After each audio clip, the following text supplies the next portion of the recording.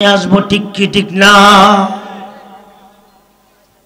আপনারা বলেন, একটা মানুষ 1 কোটি টাকা দিয়া প্যারাডো জিপ কিনে, 5 কোটি টাকাও আছে, 50 কোটি টাকা আছে। ওই লোকটা যদি জানতো এই গাড়ি অ্যাক্সিডেন্ট করে মারা যাবে, এই গাড়ি কিনতো? আরে জোরে কর। আপনি আমি যদি জানতাম এখান থেকে ব্রাহ্মণবাড়িয়া যাওয়ার সময় সিএনজি অ্যাক্সিডেন্ট করে মারা যাব, এই সিএনজিতে আমরা কোনো সময় উঠতাম? এই জন্য ভাইরা আমার, পৃথিবী থাকার জায়গা না, কেউ আমরা থাকবো না। কুল্লু নাফসিন যায়িকাতুল মাউত, সবাই একদিন মৃত্যুর পেয়ালা পান করতে হবে। ম্যান ইজ মর্টেল, মানুষ মরণশীল। Human life is very short, মানুষের জীবনটা ক্ষণস্থায়ী। ঠিক কি ঠিক না?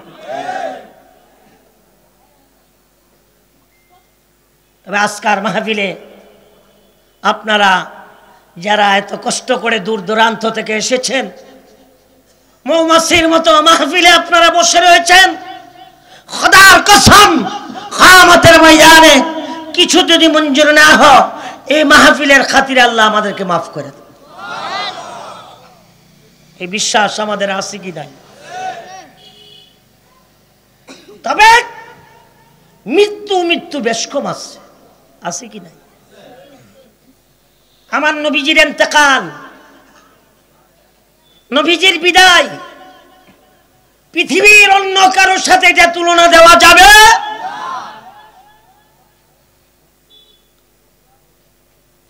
আমার ভাইয়েরা, আমার নবী যেদিন দুনিয়া থেকে বিদায় হয়ে গেল, সারা মক্কা মদিনা কান্নার রুল পড়ে গেল। ছোট্ট ছোট্ট মাসুম বাচ্চারা মা স্তনে মুখ লাগায় না, ভেড়া বিক্রি মার বানের মধ্যে মুখ লাগায় না, ডাক দিয়ে বলে আমরা কার জন্য দুগ্ধ খাবো? আমার নবী তো মদিনা না। সাহাবীরা বসলেন, কে নবীজির শেষবারের মধ্যে গোসল দিবে? ডাক দিয়ে বলে আবু বকর সিদ্দিক দিবে। আবু সিদ্দিক ডাক দিয়ে বলে সাহাবীরা, এত দ্বারা জানানো যাচ্ছে যেই নবীর চক্ষু ঘুমায় অন্তর জাগ্রত থাকে, ওই জিন্দা নবীরে আমি আবু বকর গোসল দিতে পারবো না। আমার একটা প্রস্তাব আছে। কি প্রস্তাব? জিনার মেজাজটা করা, কথায় কথায় তলোয়ার নিয়ে উঠে কথা বলল। তিনার নাম হয়েছে হযরতে উমর বিন খাত্তাব, খাত্তাবের ছেলে হযরতে উমর। তিনি আমার নবীর শেষবারের মতো গোসল দিবে। হযরতে উমর ডাক দিয়ে বলে, সাহাবীরা রে, তামাম পৃথিবীর সব জায়গার মধ্যে আমি উমরের মেজাজ চলে। যে নবীর চক্ষু ঘুমায় অন্তর জাগ্রত থাকে, ওই জিন্দা নবীরে আমি উমরও গোসল দিতে পারবো না। আমার একটা প্রস্তাব আছে। কি প্রস্তাব? যিনি নবীর 2 মেয়ের জামাতা, যার উপাধি হয়েছে যুন্নুরাইন,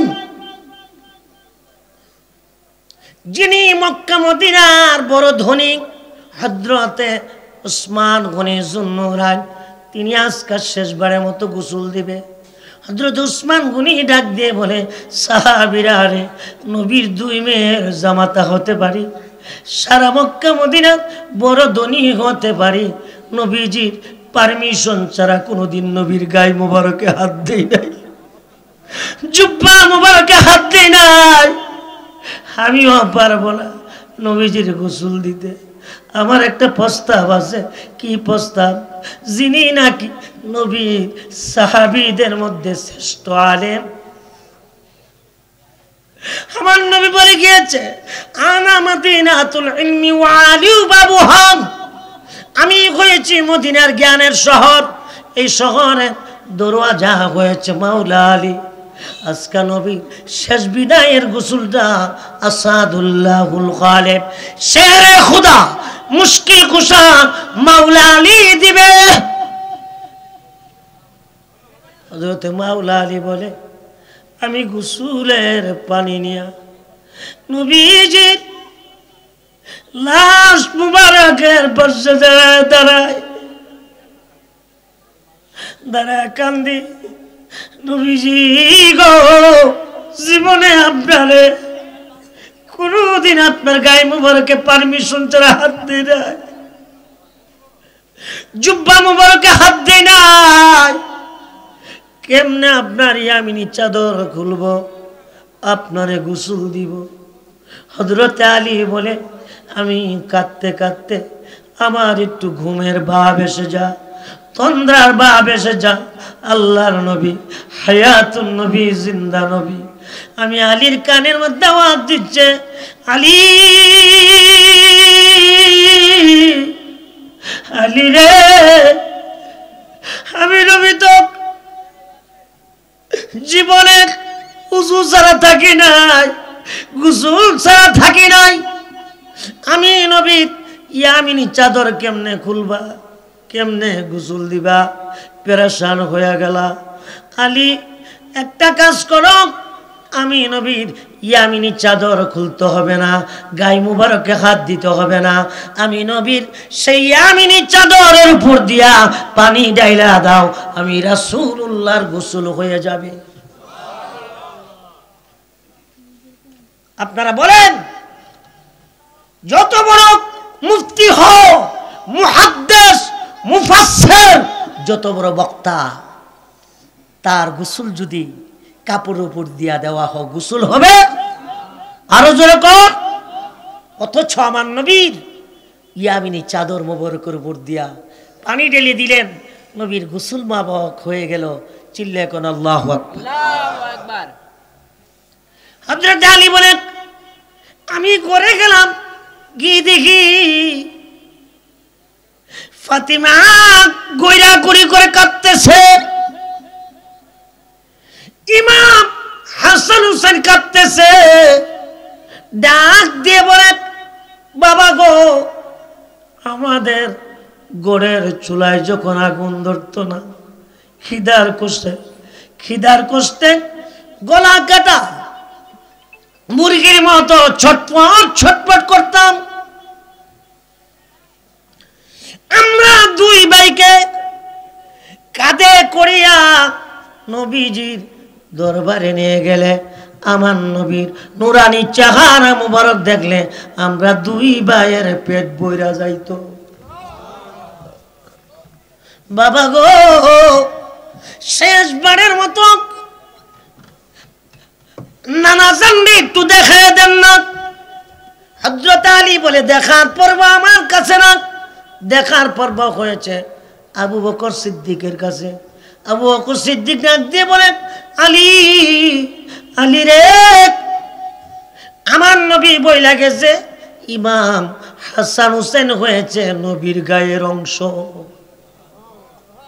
ইমাম হাসান হুসেন নিয়ে আসো, সাহাবীরা আসো, আমার নবীর চেহারা মোবারক থেকে একটু কাফনের কাপড়টা টান দিব, শেষবারের মতো তোমরা দেখাল। সিদ্দিক আকবর ডাক দিয়ে বলে নবীর চেহারা মোবারক থেকে আমি যখন কাফন টান দিলাম, আমি দেখতেছি নবীজি চোখ মুবারক বেদারি মুবারক বে পানিগুলি পড়তেছে। নবীজির সেই কাফন মুবারক ভিজে যাচ্ছে, ঠোঁট মুবারক দুইটা কবুতরের বাচ্চার মতো নড়তেছে। সিদ্দিক আকবর ডাক দিয়ে বলে আমি আমার কানটা নবীজির জবান মুবারকে লাগায়া দিলাম, লাগায়া দেখি গো আমার নবী ইয়া হাবলি উম্মতি উম্মতি বলে কাঁদতেছে। আমার ভাইরা, নবীর দেখার পর্ব শেষ, এখন জানাজার পর্ব। নবীর জানাজা কে পড়াইছে জানেন? কোরআন, হাদিস, ইজমা, কিয়াস দেয়া কেউ বলতে পারবেন না নবীর জানাজা হয়েছে। আল্লাহর হাবিবের পর্দা করার পরে নবীজিকে রওজা মুবারকে শোয়ায়া চতুর্দিক দিয়া সালাতু সালাম পড়তে পড়তে শোয়া দিছে। সালাম তোমার রসুল আল্লাহ, সালাম তোমায় হাবিব আল্লাহ। বলেন সালাম তোমার রসুল আল্লাহ, সালাম তো উগো প্রাণের রসুল আল্লাহ, উগো প্রাণের হাবিব আল্লাহ, উগো প্রাণের রসুল আল্লাহ, উগো প্রাণের হাবিব। আওয়ালেতে সৃজন তোমার নূর হইতে খুদা তাআলা, ওই নূরেতে জাহান পয়দা, পাক নামে মুহাম্মদ। সালাম তোমার রসুল আল্লাহ, সালাম তোমায় হাবিব। বলেন না সালাম তোমার রসুল আল্লাহ, উগো প্রাণের রসুল আল্লাহ, উগো প্রাণের হাবিব আল্লাহ, উগো প্রাণের রসুল আল্লাহ, উগো প্রাণের। আমার ভাইয়েরা, এই জন্য নবী হচ্ছে হায়াতুন নবী, জিন্দা নবী, সশরীরে